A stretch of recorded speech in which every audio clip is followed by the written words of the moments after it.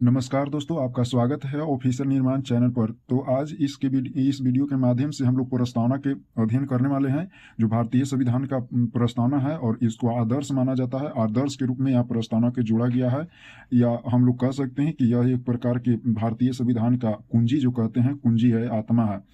तो इसके बारे में आज हम इसको देखने वाले हैं, और जितने भी एग्जाम होगा इससे आप लोग की एक भी प्रश्न नहीं छूटेगा। ये थ्योरी के रूप में हम सारे क्वेश्चन जो हम लोग 5 करा रहे हैं, चैप्टर 5 है, और 5 जितने भी हम लोग 4 चैप्टर कराए हैं, ये सारे चैप्टर थ्योरी के रूप में करा रहे हैं, ठीक है। उसके बाद ऑब्जेक्टिव के रूप में यहाँ पे लाएंगे, वीडियो लाएंगे। तो आप लोग जितने भी नया जुड़ रहे हैं हमारे चैनल पर, वो सबसे पहले चैनल को सब्सक्राइब कर लीजिए और बेल आइकन को ऑल जरूर कर लीजिए। तो चलिए हम लोग सबसे पहले जानते हैं कि प्रस्तावना जो है, प्रस्तावना का प्रस्ताव किसने दिए थे।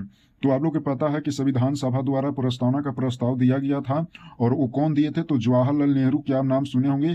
तो यही नेहरू जी दिए थे। कब, तो 13 दिसंबर 1946 ईस्वी में। और इसमें बताया गया था कि हमारा संविधान कैसा बनेगा या कैसा बनाया जाए, ठीक है। ये चीज प्रस्तावना के रूप में हम लोग आगे जाने, ठीक है। प्रस्तावना इसी को कहते हैं उद्देशिका, क्या कहते हैं, उद्देशिका कहते हैं। उसके बाद हम लोग जानते हैं कि ये जो प्रस्तावना है वो कहाँ से लिया गया है, कौन से देश से लिया गया है। तो हम लोग जानते हैं इसमें सबसे पहले दो कन्फ्यूजन होता है कि एक भाषा को लेकर और एक प्रस्तावना को लेकर। तो हम लोग जानते हैं प्रस्तावना जो अगर कहेगा कि प्रस्तावना कहाँ से लिया गया है, तो अमेरिका से लिया गया, लेकिन प्रस्तावना का जो भाषा है वो कहाँ से लिया गया है, तो ऑस्ट्रिया से लिया गया है, ऑस्ट्रेलिया से लिया गया है। बिल्कुल याद कर लीजिएगा। तो आप लोग याद कर लीजिएगा, प्रस्तावना अगर पूछे तो अमेरिका से हो जाएगा, और भाषा पूछे तो ऑस्ट्रेलिया से हो जाएगा। अब हम लोग जानते हैं कि यहाँ जो है अंगीकृत किया गया था कब, प्रस्तावना का जो अंगीकृत किया गया था हमारा संविधान का, वो कब किया गया था अंगीकृत, तो 26 नवंबर 1949 ईस्वी को अंगीकृत किया गया था। और लागू की बात करें, संविधान पूरे देश में लागू कब हुआ था, तो 26 जनवरी 1950 को हमारे देश में पूरे लागू हो गया था। उसके बाद हम लोग जानते हैं प्रस्तावना के प्रमुख बातें जानते हैं, प्रस्तावना में क्या क्या चीज शामिल किया गया है, सारा चीज हम लोग जानते हैं। तो सबसे पहले हम लोग देखते हैं क्या चीज, तो पहला संविधान के स्रोत, उसके बाद है स्वरूप, उसके बाद है क्या चीज, तो उद्देश्य। अब बारी बारी से हम लोग जानते हैं जो संविधान का क्या कहते हैं, आत्मा कहते हैं, यानी आत्मा कहते हैं किसको, तो प्रस्तावना का। तो संविधान का जो शक्ति मिलता है, संविधान की शक्ति मिलता है, वो कहाँ से मिलता है, तो हम भारत के लोग से मिलता है। यानी हम लोग जितने भी भारतवासियों हैं वही, उसी से, हमारे लोगों से ही संविधान की शक्ति मिलता है। यानी हम जितनी भी अपने जो है डिसिप्लिन के साथ और अपने संविधान को अपने जीवन में लागू करेंगे और उसको फॉलो करेंगे, उतना ही हमारा संविधान मजबूत होगा। और हम भारत के लोग कौन है, तो जनता। कौन है, जनता। तो आप लोग को पता चल गया होगा कि जो है यहाँ पे संविधान के सोर्स कहाँ पे है, तो हम भारत के लोग हैं। कहाँ से शक्ति मिलती है, तो भारत के लोग, यानी कहे तो जनता से मिलती है शक्ति। उसके बाद अब हम लोग जानते हैं दूसरा सेकंड जानते हैं स्वरूप। स्वरूप क्या है, तो हम लोग स्वरूप जानते हैं कि संविधान में क्या चीज जोड़ा गया है, उसके बारे में जानते हैं। तो देखिए सबसे पहले है स्वरूप में क्या चीज, तो संपूर्ण प्रभुत्व, समाजवादी, पंथ निरपेक्ष, लोकतंत्रात्मक और एक गणराज्य या गणतंत्र। तो इसके बारे में हम लोग जानते हैं। सबसे पहले जानते हैं संपूर्ण प्रभुत्व। संपूर्ण प्रभुत्व संपन्न, इसका मतलब होता है कि हमारा देश जो है बहुत सालों से क्या था, लगभग 200 साल से ब्रिटिश हुकूमत में था, गुलाम था। तो अब गुलाम था, तो उस समय जितने भी निर्णय लिया जाता था वो कौन लेता था, तो ब्रिटिश सरकार लेता था। लेकिन अब हम लोग क्या हो गए हैं, संपन्न हो गए, प्रभुत्व संपन्न हो गया। अब जो भी आंतरिक या बाहर निर्णय लिया जाएगा वो किसके द्वारा, तो भारत अपना स्वयं निर्णय ले सकता है। इसी को हम लोग कहते हैं संपूर्ण प्रभुत्व। यानी जो भी यहाँ पे निर्णय लिया जाएगा, या आंतरिक हो चाहे बाह्य हो, वो क्या लिया गया, तो देश ही, हमारा भारत ही लेगा। तो ये हो गया संपूर्ण प्रभुत्व। नेक्स्ट है समाजवादी। समाजवादी आप लोग 10th में पढ़े होंगे, ये जो है यूरोप में राष्ट्रवाद के बारे में, आप यूरोप के बारे में पढ़े होंगे। तो उसमें समाजवादी वर्ड आया है। तो वहां पे क्या है, समाजवादी वर्ड का मतलब होता है वहां संघर्ष। पहले अमीर था और गरीब था, और ये दोनों में संघर्ष होता था, तो उसी को समाजवादी मतलब कि वहां पे कहा गया। लेकिन यहाँ पे समाजवादी का मतलब क्या है, समानता, ठीक है। भारतीय समाजवादी का अर्थ क्या है, तो समानता है। बिल्कुल याद रख लीजिएगा। जो और किनके विचारों पर है, तो जवाहरलाल नेहरू और महात्मा गांधी के विचारों पर ही है, यानी समानता है। उसके बाद नेक्स्ट है हमारा थर्ड क्या है, पंथ निरपेक्ष। भारत में किसी भी प्रकार के कोई अपना धर्म नहीं है। भारत में अलग अलग समुदाय के लोग रहते हैं, सभी अपने अपने धर्मों के प्रचार प्रसार कर सकते हैं। तो ये है पंथ निरपेक्ष, यानी कोई राष्ट्रीय धर्म भारत का नहीं है। नेक्स्ट है यहाँ पे क्या चीज, तो लोकतंत्रात्मक। लोकतंत्रात्मक कहे तो हमारा जो है लोकतांत्रिक देश क्या है, लोकतांत्रिक है। और लोकतांत्रिक का मतलब होता है, आप लोग अब्राहम लिंकन का एक परिभाषा आप लोग के पता होगा कि जनता का जनता द्वारा और जनता के लिए शासन है, एक इनका स्टेटमेंट है, तो अब्राहम लिंकन का है। तो लोकतांत्रिक यहाँ हमारा देश क्या है, लोकतांत्रिक है। और एक है गणतंत्र, क्या है, गणतंत्र। तो गणतंत्र या गणराज और लोकतंत्र, ये दोनों में थोड़ा सा ही डिफरेंट है, थोड़ा सा ही अंतर है। तो इसमें जो है लोग क्या होता है कि गणतंत्र होता था पहले, अब एक राजतंत्र होता था। तो गणतंत्र मतलब कि जनता, और यहाँ पे तंत्र कहे तो क्या है, यहाँ पे वांसुनगत, यानी कहे तो यहाँ पे पहले क्या होता था कि एक राजा था, और राजा के जब बेटा राजा जब बनता था, तो वो राजा अगर मर जाता था तो उसके बाद जो है क्या उस गद्दी पर कौन बैठता था, तो राजा, राजा ही बैठता था। यानी वांसुनगत क्या होता था, पहले राजतंत्र चलता था, लेकिन अब क्या हो गया, लोकतंत्र हो गया और गणतंत्र हो गया। अब कोई भी यहाँ पे शासन कर सकता है, अपने प्रतिनिधि के रूप में अपना पहचान बना सकता है। तो यही है स्वरूप। ये 5 चीज आप लोग याद कर लीजिएगा, स्वरूप। नेक्स्ट आप लोग के है यहाँ पे उद्देश्य। उद्देश्य क्या है, तो सबसे पहले हम लोग जानते हैं न्याय। क्या जानते हैं, न्याय। तो न्याय में हम लोग 3 चीज जानेंगे। सबसे पहले न्याय किसके स्तर पर होता है, तो सामाजिक स्तर पर। नेक्स्ट है आर्थिक स्तर पर और राजनीतिक स्तर पर। इसमें कहेगा कि प्रस्तावना में जो है दिया गया है वो न्याय किसके स्तर पर नहीं हो सकता है।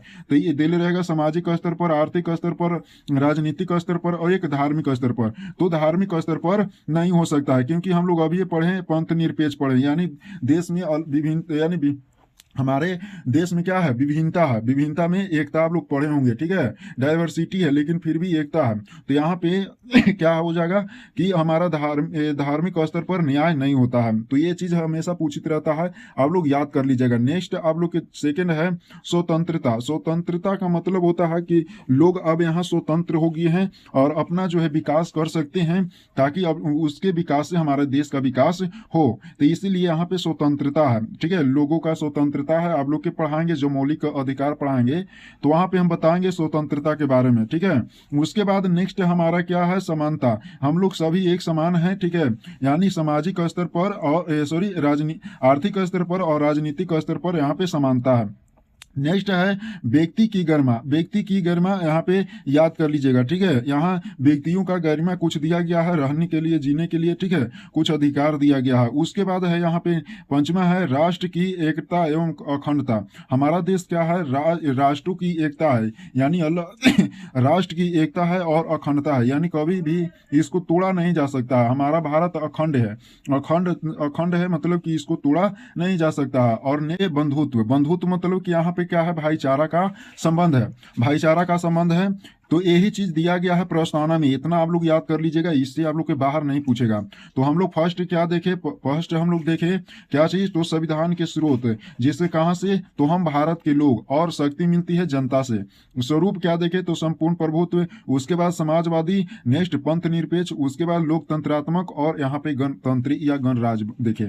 उसके बाद ये संविधान का जो है उद्देश्य क्या है, उद्देश्य हम लोग देखे, तो उद्देश्य हम लोग 6 देखें। न्याय, पहला न्याय कितने स्तर पर हो सकता है, तो सामाजिक स्तर पर, आर्थिक और राजनीतिक स्तर पर न्याय मिल सकता है। उसके बाद स्वतंत्रता देखे, उसके बाद समानता देखे, व्यक्ति की गरिमा देखे, उसके बाद राष्ट्र की एकता और एवं अखंडता, और छठा देखिए बंधुत्व। तो ये हम लोग चीज देख लिए हैं। उसके बाद अब हम लोग जानते हैं कुछ और चीज, और जो महत्वपूर्ण है, ठीक है, महत्वपूर्ण है, जो परीक्षा में बहुत ज्यादा बार पूछा जाता है। तो ये चीज बहुत ज्यादा बार पूछा गया है, आप लोग याद कर लीजिएगा। क्या, तो 42वां संविधान संशोधन 1976 में 3 चीज जोड़ा गया है। क्या चीज जोड़ा गया है, 3 चीज जोड़ा गया है। तो और तीनों चीज याद कर लीजिएगा। पहला है समाजवादी, दूसरा है पंथ निरपेक्ष, और तीसरा है अखंडता। ऑप्शन आएगा, क्वेश्चन आएगा कि 42वां संविधान संशोधन में जो है प्रस्तावना में क्या चीज नहीं जोड़ा गया था। तो यहाँ पे ऑप्शन देगा समाजवादी, पंथ निरपेक्ष, अखंडता, और एगो गणतंत्र देगा। क्या देगा, गणतंत्र देगा। तो आप लोग याद कर लीजिएगा, इसका राइट आंसर गणतंत्र हो जाएगा, क्योंकि यह 42वां संविधान संशोधन द्वारा नहीं जोड़ा गया था। आप लोग इतना याद कर लीजिएगा, ठीक है। 42वां संविधान संशोधन हम लोग इसके बारे में भी पढ़ लिए, समाजवादी के बारे में भी पढ़ लिए, पंथ निरपेक्ष और अखंडता के बारे में भी पढ़ लिए। अब हम लोग नेक्स्ट क्या करते हैं, जो प्रस्तावना हमारा है, तो प्रस्तावना को अलग अलग जो विचारधारक हैं वो अलग अलग अपना विचार प्रस्तुत किए हैं। एक है N.A. पालकी वाला, ठीक है, N.A. पालकी वाला। ये प्रस्तावना को क्या कहे हैं, तो परिचय पत्र कहे, क्या कहे हैं, परिचय पत्र कहे, बिल्कुल याद कर लीजिएगा। कहेगा कि परिचय पत्र कौन कहे, प्रस्तावना को परिचय पत्र कौन कहे हैं, तो N.A. पालकी वाला, बिल्कुल याद कर लीजिएगा। उसके बाद है एक अलादी कृष्ण स्वामी अय्यर, याद रख लीजिएगा। इनका स्टेटमेंट था कि प्रस्तावना हमारे दीर्घकालीन सपनों का विचार है। ये कौन कहे थे, यानी प्रस्तावना यानी हमारे दीर्घकालीन सपनों का विचार है। ये कौन कहे, तो अलादी ई कृष्ण स्वामी अय्यर ने ये प्रस्तावना के इस चीज में कहे थे कि हमारा जो है प्रस्तावना वो हमारे दीर्घकालीन जो है सपनों का विचार है, ऐसा कहे हैं। उसके बाद नेक्स्ट हम लोग जानते हैं कि प्रस्तावना में जो चीज इंक्लूड किया गया है और क्या चीज दिखाया गया है, और डॉक्टर भीमराव अम्बेडकर क्या कहे हैं, और इसको प्रस्तावना को क्या चीज कहते हैं, आप लोग आगे देखिएगा। देखिए, प्रस्तावना को भारतीय संविधान का आत्मा का या कुंजी कहा जाता है। क्या कहा जाता है, भारतीय संविधान का आत्मा या कुंजी। कहेगा कि प्रस्तावना को, ये भारतीय संविधान को क्या कहते हैं, तो आत्मा या कुंजी कहते हैं। या आत्मा या कुंजी, भारतीय संविधान की आत्मा या कुंजी किसे कहते हैं, तो प्रस्तावना को कहते हैं।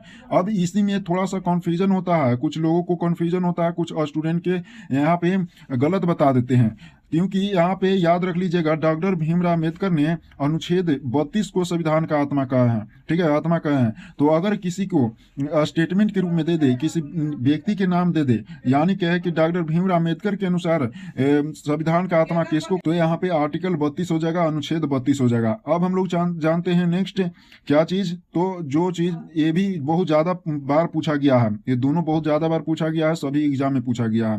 क्या है, वेरुवारी, ठीक है, संघवाद 1960 है, उसमें एक स्टेटमेंट सर्वोच्च न्यायालय ने क्या किया था, एक निर्णय दिया था और कहा था कि जो है प्रस्तावना संविधान का अंग नहीं है, अतः इसे संविधान संशोधन द्वारा बदला नहीं जा सकता है।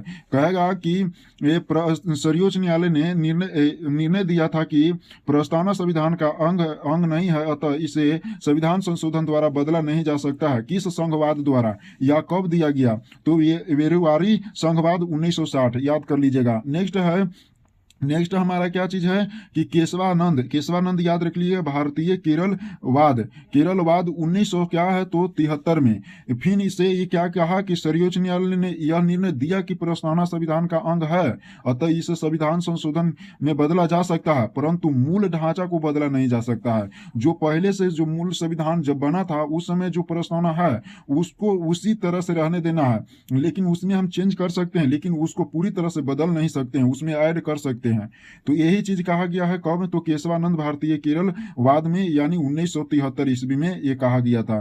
तो ये चीज इतना याद कर लीजिएगा। ये चीज अगर इतना याद कर लेते हैं तो आप लोग कहीं नहीं छूटेगा, कहीं नहीं, किसी भी एग्जाम में बैठिएगा आप लोग इससे बाहर नहीं आएगा। तो इतना आप लोग याद कर लीजिएगा। फिर से आप लोग एक बार देख लीजिए, जवाहरलाल नेहरू द्वारा 13 दिसंबर 1946 को प्रस्तावना का जो है प्रस्ताव पारित किया गया। उसके बाद है यहाँ पे प्रस्तावना अमेरिका के संविधान से, भाषा ऑस्ट्रिया से लिया गया है। उसके बाद अंगीकृत जो है संविधान का अंगीकृत कब किया गया, तो 26 नवंबर 1949 को, और लागू 26 जनवरी 1950 को किया गया था। उसके बाद हम लोग देखे प्रस्तावना के देखे 3 गो कि संविधान के सोर्स और मूल स्वरूप, उसके बाद उद्देश्य देखे। नेक्स्ट हम लोग देखे 42वां संविधान संशोधन 1976 में क्या चीज जोड़ा गया था, और फिर उसके बाद देखे कि अलग अलग विचारधारक अलग अलग प्रस्तावना के बारे में कहे हैं। उसके बाद यहाँ पे देखे कि आत्मा किसको कहते हैं, तो प्रस्तावना के, लेकिन डॉक्टर भीमराव अम्बेडकर आर्टिकल 32 को संविधान का आत्मा कहते हैं। फिर उसके बाद 2 वाद देखे यहाँ पे वेरुवादी संघवाद में देखे 1960 में। इसमें क्या कहा कि संविधान जो हमारा प्रस्तावना है वो संविधान का अंग नहीं है। और नेक्स्ट हमारा जो है केशवानंद भारतीय केरलवाद में 1973 में क्या कहा कि प्रस्तावना हमारा संविधान का अंग है, अतः इसे बदला जा सकता है, लेकिन मूल ढांचा को नहीं बदला जा सकता है।